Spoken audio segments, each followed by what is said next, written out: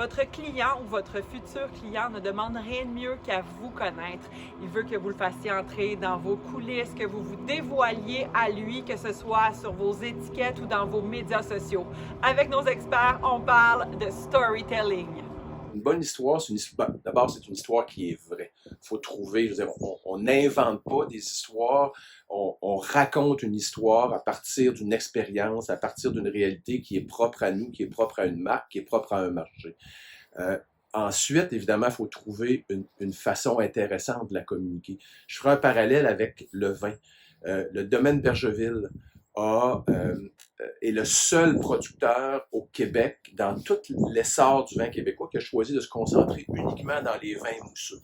Ça lui permet de raconter une histoire qui est exclusive à lui, de la répéter, et c'est ce qui rend son histoire intéressante et ce qui rend son histoire unique. Donc, il faut trouver une bonne histoire et la raconter. Et il ne faut pas penser non plus que les consommateurs vont la connaître tous du jour au lendemain. Avant qu'un nombre suffisant de personnes connaissent votre histoire, répétez-la, racontez-la. Trouvez peut-être un angle à un moment donné un peu différent, mais n'hésitez pas à construire, à ajouter sur cette histoire-là quand vous pensez en avoir trouvé une bonne. Plusieurs entreprises se demandent qu'est-ce que les consommateurs veulent savoir sur nous. En fait, pour avoir une histoire de marque qui vend, il faut changer la question. Il faut se demander qu'est-ce que les consommateurs veulent savoir, point. C'est quoi qui les interpelle? C'est quoi les sujets qui les intéressent? Après ça, vous allez pouvoir déterminer c'est quoi le rôle de votre marque dans ces discussions-là. Qu'est-ce que votre marque peut amener à la discussion? Par exemple, un consommateur en plein été qui cherche à savoir qu'est-ce qu'il peut faire comme activité extérieure va être beaucoup plus interpellé par un message comme un cidre doux et léger parfait pour un pique-nique au parc qu'un message comme un cidre doux et léger grâce à notre savoir-faire familial. Donc, il faut vraiment partir de les discussions, les sujets, les points d'intérêt du consommateur et venir bâtir notre histoire de marque autour de ça. Votre consommateur doit vraiment être au cœur de votre histoire de marque. Ça ne veut pas dire que votre savoir-faire, votre héritage, votre historique, vos connaissances, votre souci de la qualité doit être écarté de l'équation. Ça veut juste dire qu'il faut trouver une façon de l'articuler de façon à ce que ça vienne enrichir ou contribuer à la vie du consommateur. Vous devez penser à vos différentes cibles. Donc, vous ne raconterez pas la même chose à vos consommateurs qu'à vos clients commerçants, probablement pas sur les mêmes plateformes non plus. Et ce que vous voulez essayer de voir, c'est qu'est-ce que vous avez à offrir qui les intéresse. Donc, est-ce que vous voulez davantage parler de votre histoire entrepreneuriale? Est-ce que c'est l'aspect familial de votre entreprise que vous voulez partager? Est-ce que vous êtes plus avancé dans le processus ou la relation avec eux, puis vous allez pousser davantage au niveau du procédé de fabrication? Est-ce que vous voulez parler des pommes? Donc, c'est vraiment de faire le travail, de se demander qu'est-ce qu'on est capable de partager, donc quelque chose qu'on connaît et qu'on a à offrir, mais qui est pertinent pour les gens à qui vous parlez. Si vous passez aux médias sociaux ou au contenu de marque, si vous êtes en ligne, vous voulez même savoir un peu plus précisément qui est la personne un peu typique à qui vous vous adressez parce que vous voulez être capable de vous l'imaginer. Vous voulez aussi savoir quel est son quotidien, qu'est-ce qui se passe dans sa vie, c'est quoi le meilleur moment pour la rejoindre parce que ça va vraiment faire un changement quand ça va être le temps de partager votre histoire. Est-ce que vous avez besoin d'être partout?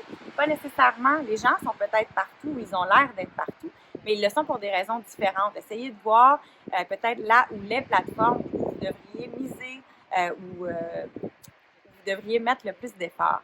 Parce que ça ne sert à rien d'essayer de se dissiper un peu partout. Donc, essayez d'y aller en ramenant ça à des objectifs précis. Quelles sont les bonnes histoires qui vendent? En fait, ça revient à votre positionnement, à votre raison d'être, au pourquoi vous êtes en affaires, pourquoi vous vous levez le matin, pourquoi vous avez décidé de faire du cidre.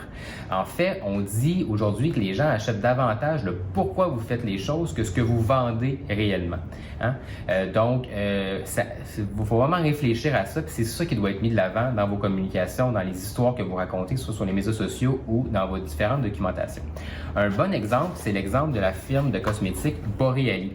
Boreali, lorsqu'ils nous ont approchés il y a quelques années, mettait de l'avant uniquement l'ingrédient actif qu'ils utilisent, soit l'algue. Puis nous, on les a questionnés là-dessus par rapport à l'utilisation d'un seul ingrédient versus célébrer l'ensemble du fleuve Saint-Laurent et son écosystème.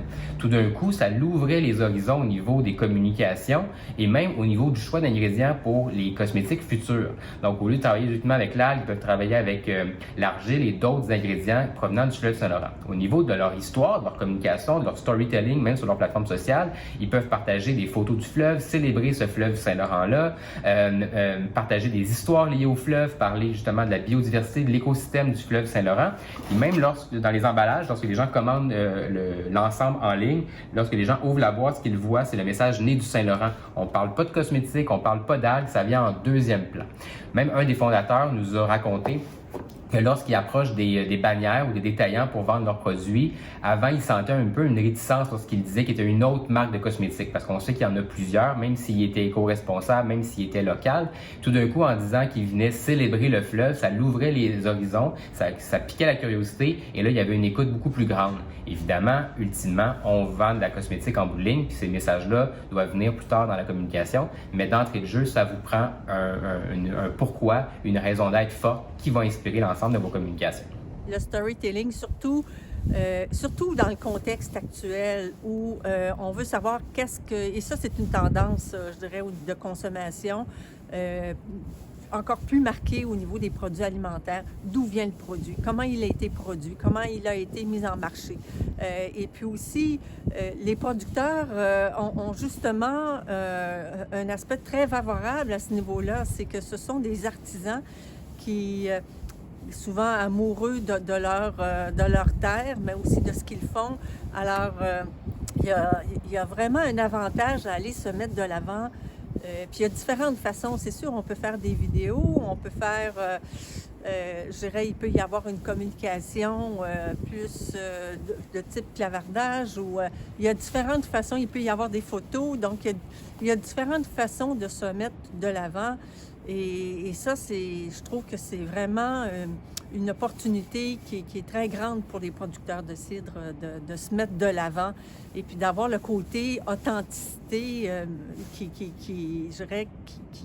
est vraiment, je dirais, crédible dans ce cas-ci, là.